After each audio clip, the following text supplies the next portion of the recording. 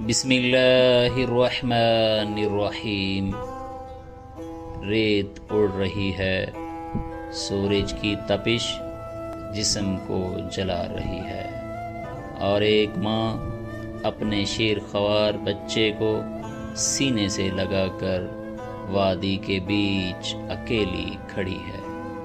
نہ پانی، نہ سایہ، نہ کوئی انسان، بس خاموشی اور موت جیسا سکوت۔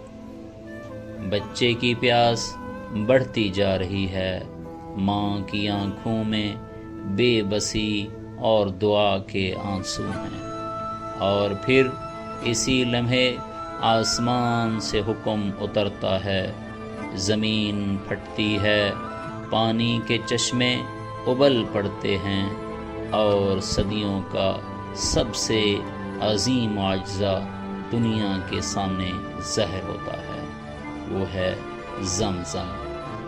حضرت ابراہیم علیہ السلام ایک لمبے عرصے تک اولاد سے محروم رہے۔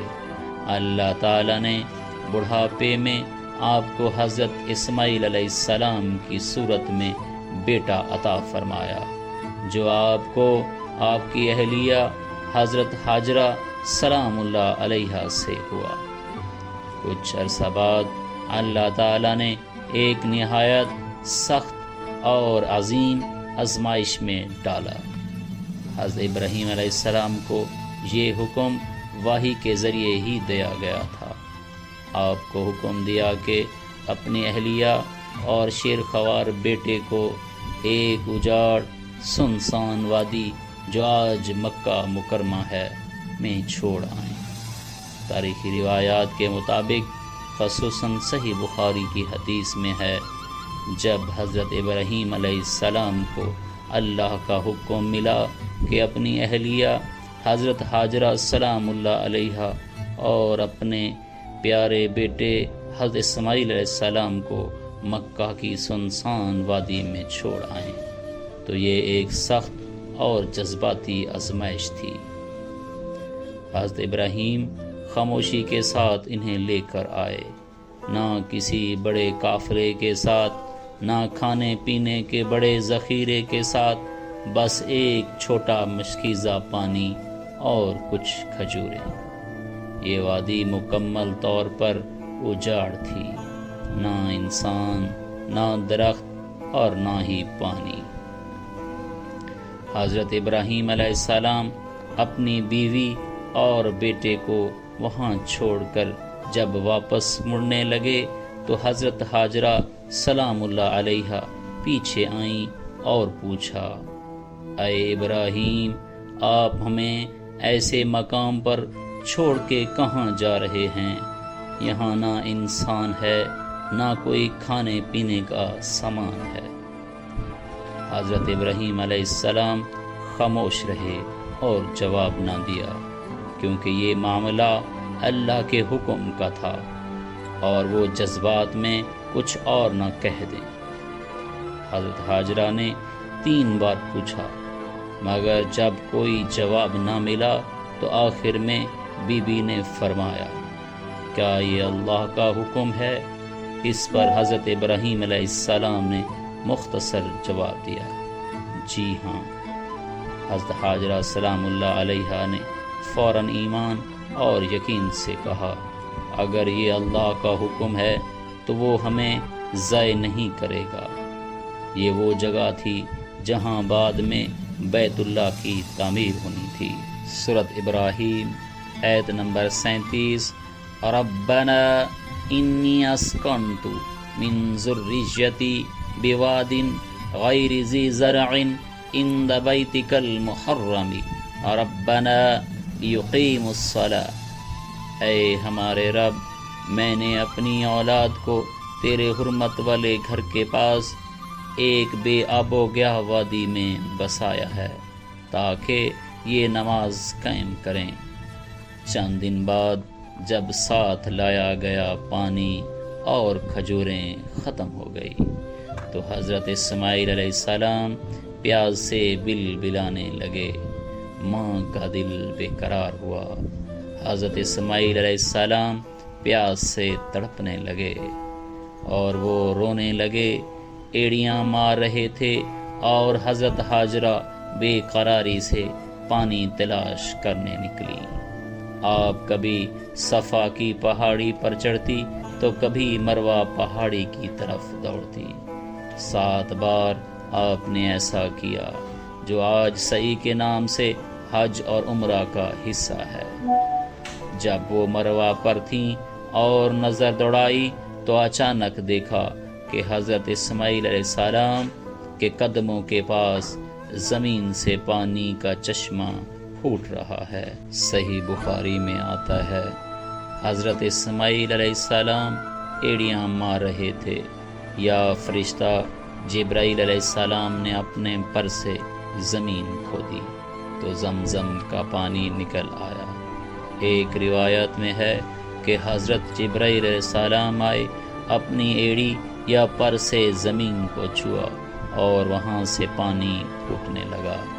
وہ فوراً دوڑ کر آئیں، پانی کو ضائع نہ ہونے دینے کے لیے مٹی کے پشتے بنانے لگی اور کہتی جاتی، زمزم زمزم، یعنی کہ آہستہ آہستہ بہو۔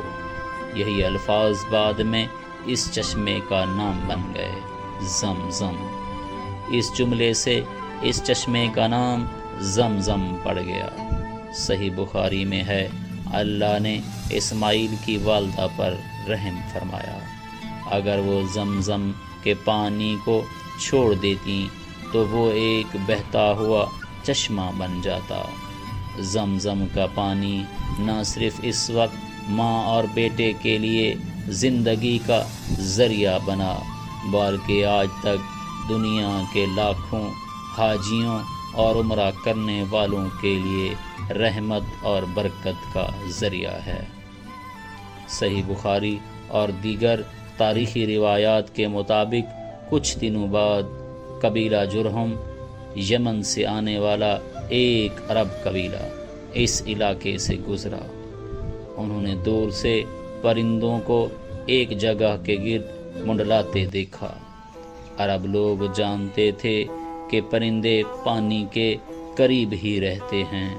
جب قریب آئے تو دیکھا کہ ایک عورت، حضرت ہاجرہ اور ایک شیر خوار بچہ وہاں ہیں اور پانی کا چشمہ بہہ رہا ہے۔ جرہمی قبیلے کے لوگوں نے حضرت ہاجرہ سے کہا، کیا ہم یہاں قیام کر سکتے ہیں اور اس پانی سے فائدہ اٹھا سکتے ہیں؟ حضرت ہاجرہ نے جواب دیا، ہاں، لیکن پانی پر میرا حق رہے گا۔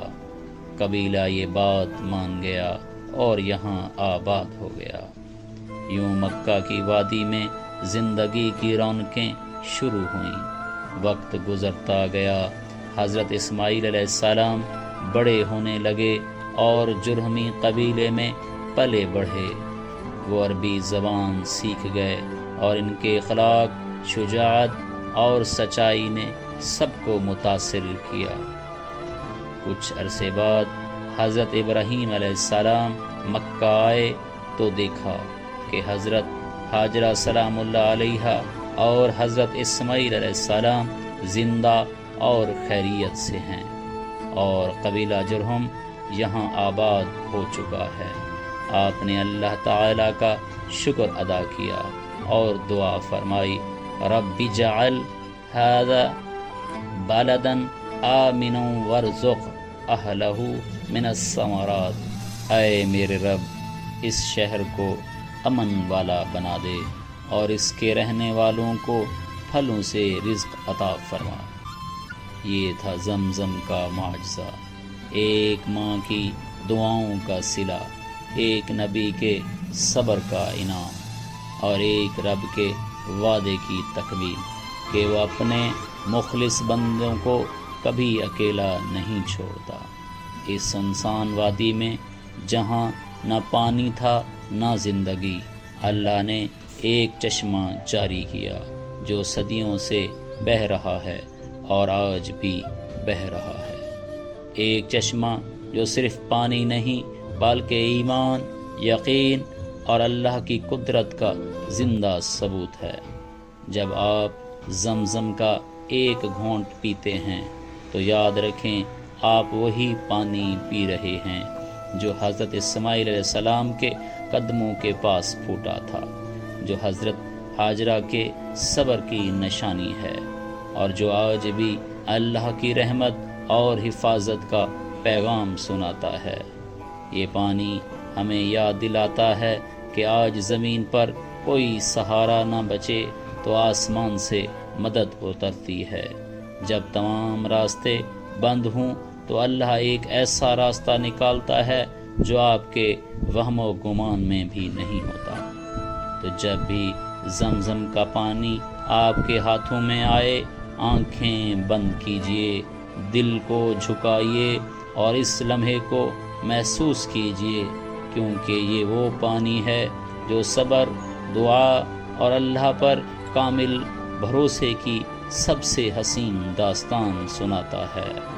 اگر یہ واقعہ آپ کے دل کو چھو گیا ہو تو ویڈیو کو لائک کرنا نہ بھولیں، اور ایسی مزید ایمان افروز کہانیاں سننے کے لیے ہمارے چینل کو سبسکرائب کریں۔ شکریہ۔